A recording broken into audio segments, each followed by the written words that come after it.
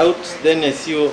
Titus Muya, or TK as he is commonly referred to by his peers, had a normal teenage life while growing up. But it was his avid reading culture that would change his perception of life. An article he read in a magazine would be the one to shape his future. And at that time, I even joked and said, so even me, I can start a big company. Even me, I can start a bank. After completing his O-level studies, Muya secured employment in the civil service, serving as a clerical officer in various ministries, but his heart belonged elsewhere. The idea now came in full force. So much so that by the beginning of 1980s, I started saying I either form a bank or start a company of whatever type. Muya wanted to fulfill his childhood dream of owning a bank, and his numerous visits to the treasury to acquire alliances bore no fruit. Reason: he lacked capital and financial expertise. What do you have? I have the ambition, and I have the vision, and I have the commitment. I want to start a bank. So they even laughed. It took a friend's intervention and advice for him to instead seek approval for a building society, which was an easy option for him to attain his goal at the time. How are our corporate customers doing? We are doing fine.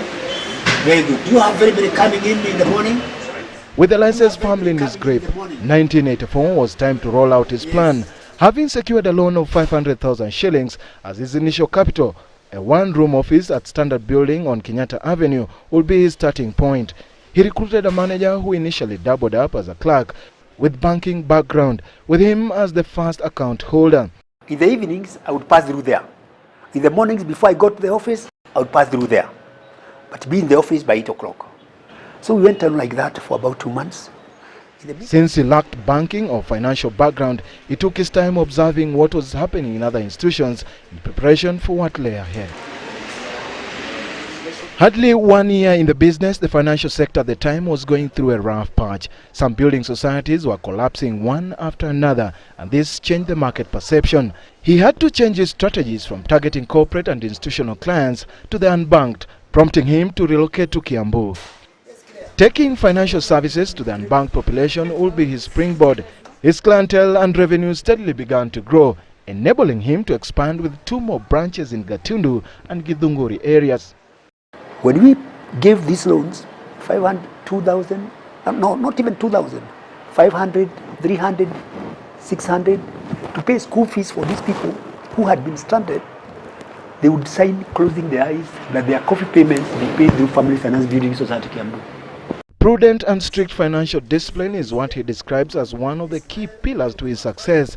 Though the firm's turnover was quickly increasing, he never earned a salary for over 20 years, instead injecting back in the business. In 2002, I started getting a bonus every year.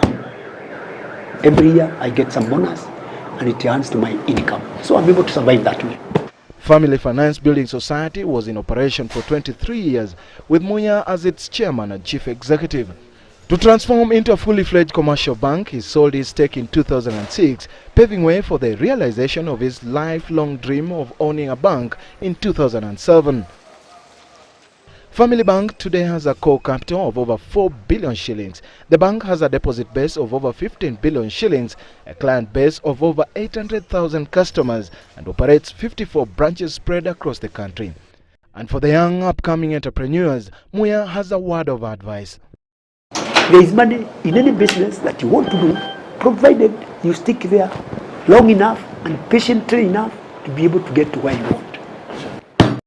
Muya's long road to success was a combination of factors like hard work, determination and resilience that enabled him to attain his teenagehood dream of owning a bank, ascertaining that patience is a virtue. For Movers and Shakers, I'm Tony Sanya.